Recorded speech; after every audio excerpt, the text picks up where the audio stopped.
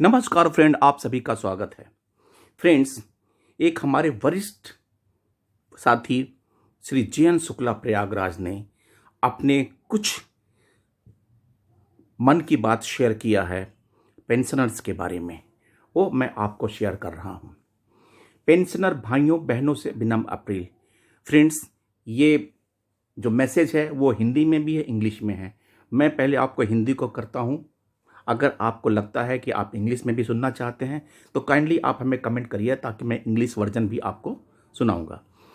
Pensioner भाइयों बहनों से विनम्र अपील, न तड़पने की इजाज़त है न फरियाद की, घुट घुट के मर जाओ मर्जी तेरे सयाद की। धैर्य से काम ले, मान सम्मान स्वाभिमान से समझौता न करें, आत्मग्लानि से बचें, कातर भाव से बचें, दीनहीन न बने, मरता क्या न करता का भाव न रखें, खुद को जोकर की तरह पेश न करें, कार्टून बनाकर हंसी का पात्र न बने, बेगानी शादी में अब्दुल्ला दीवाना न बने, जीवित थे जीवित हैं और जीवित बने रहें।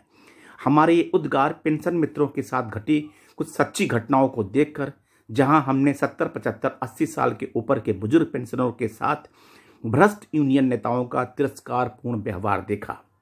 कुछ महीने पहले अहमदाबाद के सभी पेंशनरों ने एकजुट होकर एक विशाल सभा का आयोजन किया था। बड़े उत्साह के साथ यूपीओ के नेता बंदरिस को संबोधित करने के लिए बुलाया था।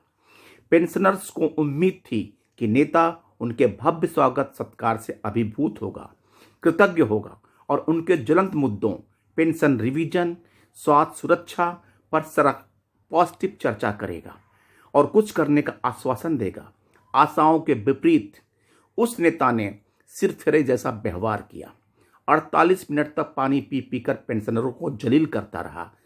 वह क्या बोल रहा था 90% लोगों की समझ में नहीं आया, और जिनकी समझ में आया वो भी ताली बजाने में मशगूल दिखे। इन सभा के बाद हर कोई निराश होकर घर लौटा। इसके पहले इसी अहमदाबाद में आयोजित महागुजरात बैंकर्स वर्कर्स यूनियन के सम्मेलन में एक और नेता ने पेंशनरों को 18 मिनट तक मखौल उड़ाया। सम्मेलन में 2010 के पूर्व के बैंककर्मी भी मौजूद थे जो पेंशन पात्रता रखते हैं। रिटायर्ड लोग भी थे, लेकिन किसी ने पेंशन रिवीजन, स्वास्थ्य बीमा या स्पेशल अलाउंस से हो रहे पेंशन के नुकसान पर कोई सवाल नहीं किया। ऐसा ही नज़ारा यूपी बैंक एम्प्लॉयज यूनियन के प्रांतीय सम्मेलन कानपुर में था। नेता मनमानी बोलता रहा, और क्या, रिटायर्ड क्या स्पेशल अलाउंस वाला पेंशन आपटी या एनपीएस का युवा साथी सभी चुपचाप कबूतर की तरह गुटरगू करते रहे। अभी अभी हाल ही में स्टेट बैंक ऑफ मैसूर के रिटायरी यूनियन को संबोधित करते हुए एक नेता ने कहा कि पेंशन रिवीजन पर पेड़ पर लटका कोई आम नहीं है कि पत्थर मारकर गिरा लो। ये घटनाएं हैरान करने वाली हैं। सितंबर 2022 में यही नेता प्रयागराज में और लखनऊ के बैंक कर्मियों के सामने नए अवतार में दिखा। सीधे पेंशन रिवीजन हासिल करने की बात कही। कहा कुछ कठिनाइयां हैं, हासिल करने में समय लग सकता है, लेकिन पेंशन रिवीजन होकर रहे। पता नहीं ऐसा बदलाव क्यों दिखा, कोई कारण तो रहा होगा। बैंक कर्मियों के सामने नए अवतार में दिखा, सीधे पेंशन रिवीजन की बात कही। हम हैरान हैं पेंशनर्स को जोकर बनते देखकर। जब ये नेताओं पेंशनरों की लानत मलालत करते हैं तो बैंक कर्मी, इसमें 80% पुराने पेंशनधारी हैं और जिनकी पेंशन पात्रता में स्पेशल अलाउंस की घून 2012 से लगा हुआ है, वो भी तालियां बजाते हैं।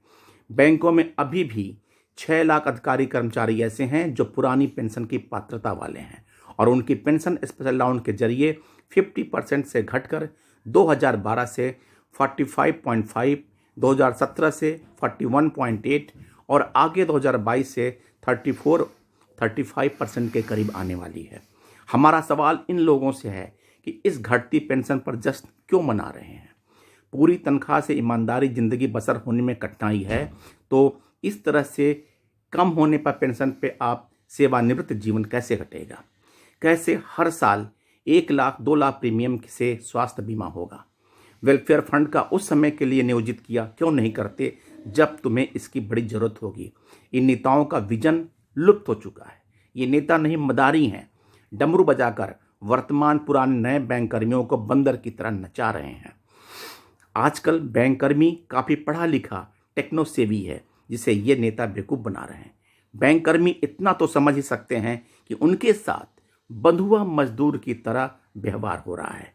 घटते वेतन, भत्ते, सुविधाएं और बढ़ते कमरतोड़ काम, मनमाने ट्रांसफर और उत्पीड़न की हम बात ही नहीं करते। यह तो बिना रोक टोक जारी है। महिला कर्मियों का भी उत्पीड़न और अनैतिक शोषण जारी है। यूनियनें चुप्पे साधी मैनेजमेंट का मौन समर्थन कर रही हैं। न तड़पने की इजाज़त है, न फरियाद की, घुट घुट के मर जाओ, मर्जी तेरे सयाद की। ये उद्गार हमारे वरिष्ठ साथी श्री जीएन शुक्ला जी का है, जो मैंने इसलिए शेयर किया कि ये वास्तविकता से एकदम सही, वास्तविकता के साथ इन्होंने अपनी इस बात को शेयर किया है। थैंक यू फ्रेंड्स, नमस्कार।